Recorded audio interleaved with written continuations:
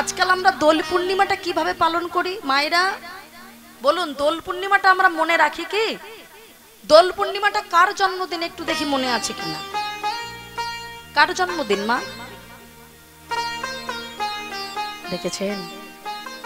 আমরা ভুলে গেছি এই দোল পূর্ণিমাটা। আচ্ছা, যে কৃষ্ণের জন্মদিনটা কবে দেখি মনে থাকে কিনা? জন্মাষ্টমী, এক কথাই বলতে পারি। কিন্তু কলিযুগের মাটি থেকে কৃষ্ণরূপে তিনি এসেছেন। ভগবান কৃষ্ণ তো কলিযুগের দেবতা, ভগবান নয়। কলিযুগে রাধা কৃষ্ণ মিলেমিশে এসেছে নবদ্বীপের মাটি থেকে। সেটা গৌর হরি, কলির ভগবানে গৌর হরি। আর যে তার জন্মদিনটাই হলো বাবা ওই ফাল্গুন মাসের পূর্ণিমা তিথি, দোল পূর্ণিমা তিথি। দেখেছেন? আমাদের ঘরে আসলো ভগবান মানুষ রূপে, আমরা তাকেই চিনলাম না। এটা ভুলে গেলে হবে না মা। আমরা মনে রাখি যীশু খ্রিস্টের জন্মদিন, বড়দিন পালনটা আমরা মনে রাখি। কিন্তু আমাদের সনাতন ধর্মের যুগে, আমরা সনাতন ধর্মের মানুষ হয়ে আমাদের কলিযুগের মাটিতে যে ভগবান গৌর রূপে এসেছে, আমরা তার জন্মদিনটা কিন্তু মনে রাখেন। এটা কিন্তু লজ্জার বিষয় মা। তবে একটা কথা বলবো মায়েরা, এই যে দোল পূর্ণিমায় আমাদের উচিত কি?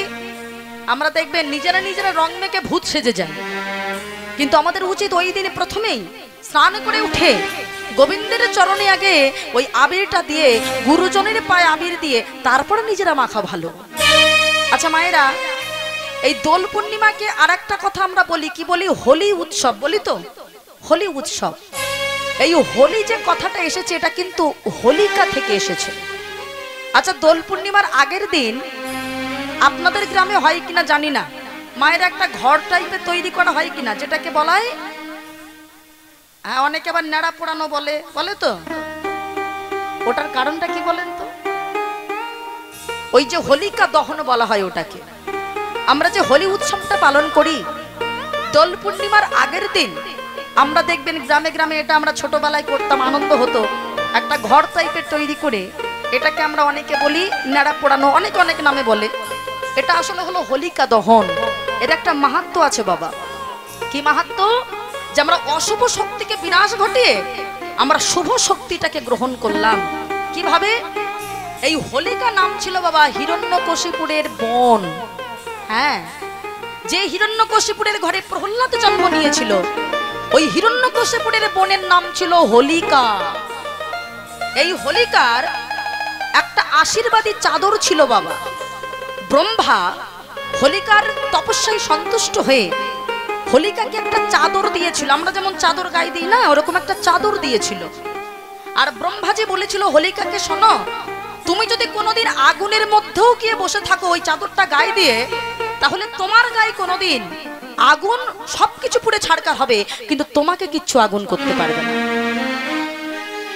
এখন আপনারা আমরা সবাই শাস্ত্র দেখে জেনেছি হিরণ্যকশিপুর প্রহ্লাদকে মারবার জন্য কি করেছিল মা? কখনো হাতির পায়ের তলায় দেয়, কখনো শূন্য থেকে ফেলে দেয়।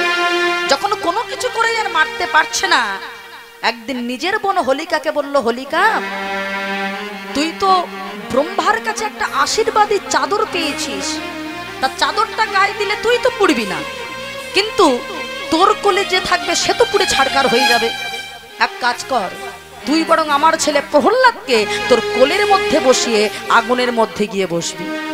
বলে তাই হবে, কারণ তার বিশ্বাস ছিল ওই আশীর্বাদী চাদর তো আমায় কিছু করতে পারে না, আমি তো বেঁচে থাকবো। এখন আগুনের মধ্যে গিয়ে হোলিকা প্রহ্লাদকে কোলের মধ্যে নিয়ে, আর যেই না বাবা বসেছে, আগুন চারিদিকে দাউ দাউ করে জ্বলে উঠলো। আর আগুনের বাবা সেই দাহে শত শোকৃতি থাকা সত্ত্বেও হোলিকা পুড়ে ছাড়খাড় হয়ে গেল। আশীর্বাদী চাদর থাকা সত্ত্বেও হোলিকা পুড়ে ছাড়খাড় হয়ে গেল। কিন্তু হোলিকার কোলে যে বসেছিল প্রহ্লাদ, যে বসে বসে হরে কৃষ্ণ কৃষ্ণ কৃষ্ণ হরে হরে, হরে রাম রাম রাম হরে হরে সর্বক্ষণ যে বলে চলেছে, ওই কৃষ্ণ নামের গায়ে এক ফোঁটা আগুন লাগলো না। সেখান থেকে বোঝানো হলো যে অশুভ শক্তির বিনাশ ঘটেছিল দোল পূর্ণিমার আগের দিন, ওই তিথিতে সেই জন্যে আমরা ওইটাকে হোলিকা দহন করি বাবা। ওইটা পুড়িয়ে আমরা অশুভ শক্তিকে বিনাশ ঘটিয়ে আমরা শুভ শক্তির সূচনা করি। এটাই হলো হোলিকা দহনের আসল কাহিনী বাবা। হ্যাঁ, তাই তারপরের দিন দোল পূর্ণিমা তিথি, আমার মহাপ্রভুর জন্মতিথি। আপনারা কেউ ভুলে যাবেন না, অতি অবশ্যই সেই দিন স্নান করে আগেই কিন্তু ভগবানের চরণে আবিরটা দিয়ে, গুরুজনের চরণে আবির দিয়ে তারপর হচ্ছে রং খেলা ভালো, তার আগে নয়। যেহেতু সামনে রং খেলা হোলি আসছে তাই বলে দিলাম মা। এবার যখন বাবা দ্বারে দাঁড়িয়েছে মা যশোমতী আমার, ওই দ্বারে বসে কাঁদছে গোপাল। একবার আয় বাবা। দাঁড়িয়ে বলে বসলো, কিসের গোপাল? আরে বাবা, আমাদের রাজার তো মা আছে, দৈবকী মা, তুমি আবার কেমন মা? এমন করে যাই না বাবা তাড়িয়ে দিচ্ছে। হঠাৎ ভগবান যজ্ঞস্থলে বসে বসে ভগবানের চোখ থেকে জল পড়ছে। এ কি কানাই, তুই কাঁদছিস কেন? কেন কাঁদছিস জানিস দাদা? যে যজ্ঞের দ্বারে দাঁড়িয়ে মা কাঁদে, সেই যজ্ঞ কি আমি বসে থাকতে পারি? তাড়াতাড়ি করে ভগবান সেই যজ্ঞস্থল ছেড়ে গিয়ে যেই না ছুটে চলেছে মা যশোমতীর দিকে, দৈবকী মা সমস্ত সভাসদগণ তারাও ভগবানের পিছনে পিছনে ছুটে চলেছে। ভগবানের কোলে যেই না গিয়ে বসেছে, দৈবকী মা হাতটা ধরেছে, উঠে আয় কৃষ্ণ। এই জগতের মানুষ সবাই জানে তুই আমার অষ্টম গর্ভের সন্তান। কেন বসেছিস ওই পাগলিনীর কোলে? কেন বসেছিস ওই ভিখারিনীর কোলে? উঠে আয়। এখন বাবা মা যশোমতী ছাড়ে না, ওদিকে বাবা দৈবকী মায়ও ছাড়ে না। কিন্তু সভাসদগণ বলে বসলো, একটি সন্তানের তো আর কখনো দুটি মা হতে পারে না, প্রমাণ করতে হবে। কি করলো ও মায়েরা? শতপুরু বস্ত্র টানিয়ে দেওয়া হলো। শতপুরু বস্ত্রের ওপারে দাঁড়িয়ে থাকলো দুই মা, আর এপারে বসে থাকলো আমার ভগবান শ্রীকৃষ্ণ। মুনি ঋষিগণে বলে বসলো, শোনো, মা হওয়া কি মুখের কথা? যে মা না বোঝে সন্তানের ব্যথা, জন্ম দিলেই মা হওয়া যায় না। যে পালনকর্তা সেই তো মা। দেখা যাক ওই শতপুরু বস্ত্র ভেদ করে কোন মা ওই গোপালের মুখে এক ফোঁটা দুগ্ধ দিতে পারে। দৈবকী মা বলে বসলো অহংকারে, আগে আমি যাব। কারণ সবাই জানে অষ্টম গর্ভের সন্তান আমার কৃষ্ণ। শতপুরু বস্ত্রের উপরে দাঁড়িয়ে ও মায়েরা যেই না দুগ্ধ পেষণ করেছে, এক ফোঁটা দুগ্ধ ভগবানের মুখে গেল না। যাবে কি করে গো মা? সে যে শুধু জন্মই দিয়েছে, কিন্তু কখনো কি নিজের দুগ্ধ দিয়ে কৃষ্ণকে লালন পালন করেছে? মা যশোমতী আবার যেই না দৈবকী মা লজ্জায় মাথা নিচু করে সরে গেছে, মা যশোমতী আমার সামনে দাঁড়িয়েছে, ডাকছে কৃষ্ণ। ও বাবা, আমি তোকে জন্ম দিইনি বাবা, কিন্তু তোকে মানুষ তো আমি করেছি। ও বাবা, আমায় কৃপা করিস বাবা। যেই না মা যশোমতী আমার দুগ্ধ পেষণ করেছে, ওই শতপুরু বস্ত্র ভেদ করে ওই দুগ্ধ গিয়ে পড়লো আমার ভগবানের বদনে। সভাসদগণ সবাই দেখতে পেল, ওই দেখো দেখো বলি ভেসে যায় ভেসে যায়, উলুধ্বনি হরি বল হরি বল হরি বল, ভেসে যায় ভেসে যায় ভেসে যায় ভেসে যায়, বড় শাড়ি ধারার মতো ভেসে যায় ভেসে যায়, বড় শাড়ি ধারার মতো হরি হরি হরি বলে বড় শাড়ি ধারার মতো। তাই গৌর হরি বল হরি বল হরি বল, বড় শাড়ি বড় শাড়ি ধারার মতো ভেসে যায় ভেসে যায় ভেসে যায়। যজ্ঞ মাঝে প্রমাণ হয়ে গেল, সভাসদগণ প্রমাণ করে দিল যে দৈবকী মা তুমি যতই জন্ম দাও না কেন, ভগবান শ্রীকৃষ্ণের আসল মা হলো আমার মা যশোমতী। এইবার সবার বাঞ্ছা পূর্ণ করবে মায়েরা।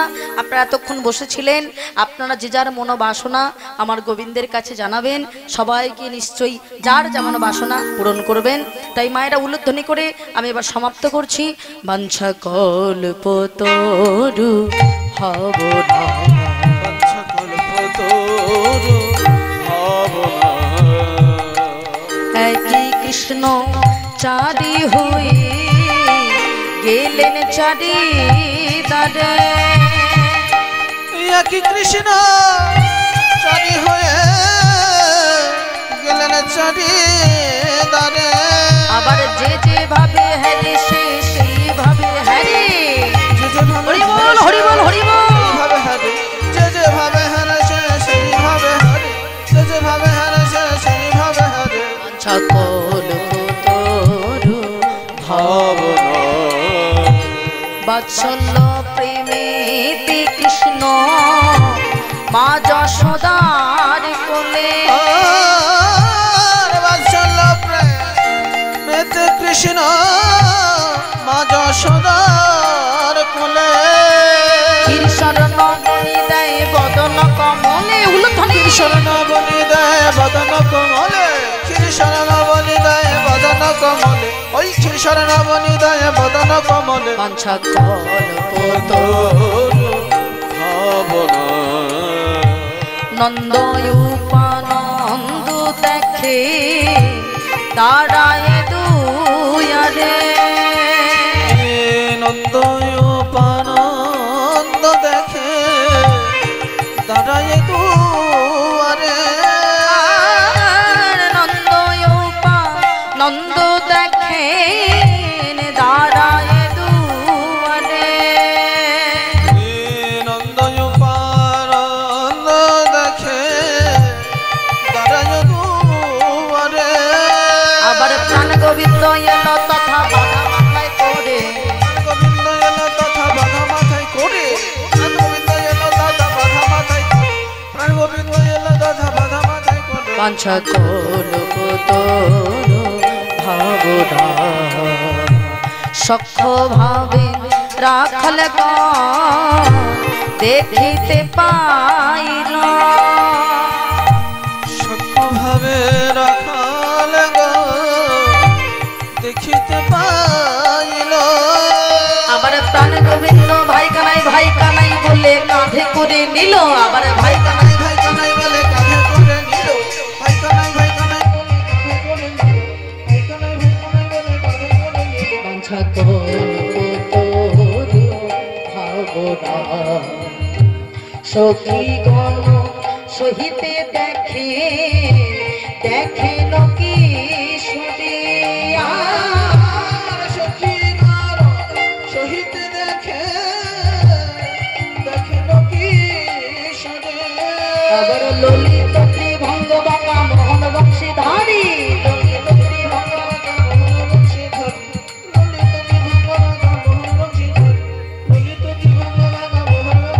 বাঞ্ছা কল্প তরু ভাবনা এই যুগলের রাধার সামনে দাঁড়ালো আচ্ছা দুটো ভজন করতে বলেছেন আমি নিশ্চয়ই গাইব একবার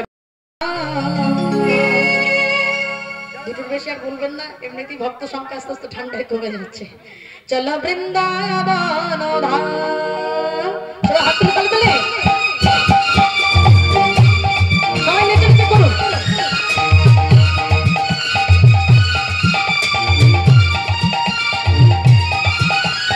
বলো রাধে রাধে মা চলো বৃন্দাবন ধাম বলো রাধে রাধে মা চলো বৃন্দাবন ধাম বৃন্দাবন রাসলীলা বৃন্দাবন রাসলীলা ওরে নব বলো রাধে রাধে মা চলো বৃন্দাবন ধাম একবার বলো রাধে রাধে মা চলো বৃন্দাবন ধাম হরি বল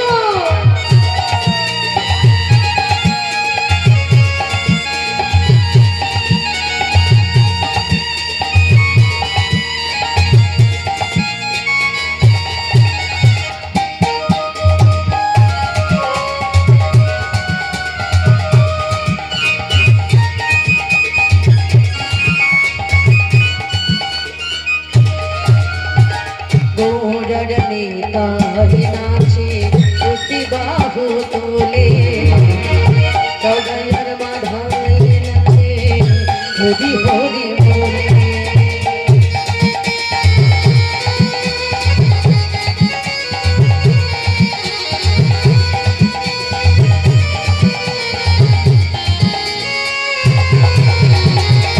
মনের আনন্দে নাচে মনের আনন্দে নাচে নাম বলো রাধে রাধে চলো বৃন্দাবন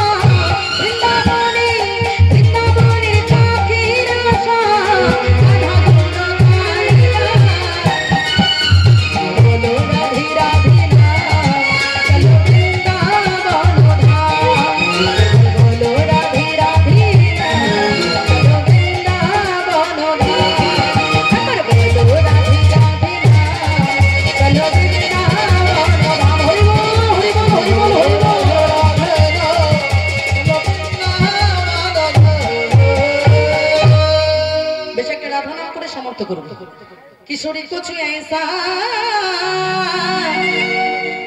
इंतजाम हो जाए जुबा पे राधा राधा राधा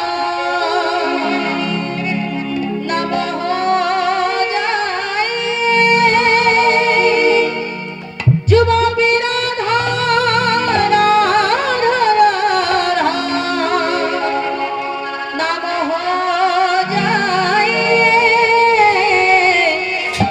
किशोरी कुछ किशोरी कुछ किशोरी कुछ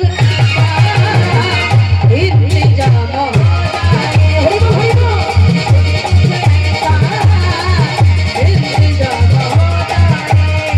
हो